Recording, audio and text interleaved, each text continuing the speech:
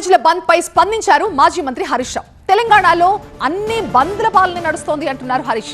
కాలేజీలు, ఆసుపత్రులు, రేషన్ షాపులు అన్ని బందే అంటున్నారు. ప్రభుత్వం ఫీజు రీయింబర్స్మెంట్ బకాయిలు ఇవ్వలేదని కాలేజీలు బంద్ చేస్తున్నారు. ఇదేం పాలన, ఇదెక్కడి పాలన అంటున్నారు హరీష్ రావు.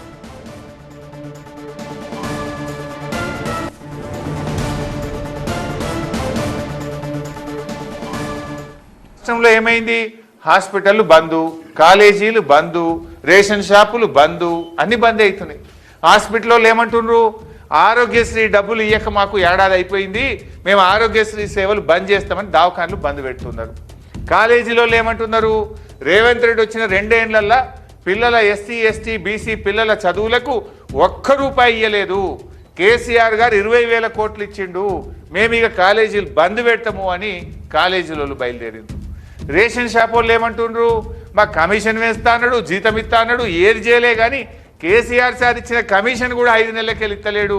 3 తారీఖుకెళ్ళి మేము దసరా తెల్లారికెళ్ళి రేషన్ షాపులు బంద్ పెడతామని వాళ్ళు బంద్ పెడతామంటున్నారు.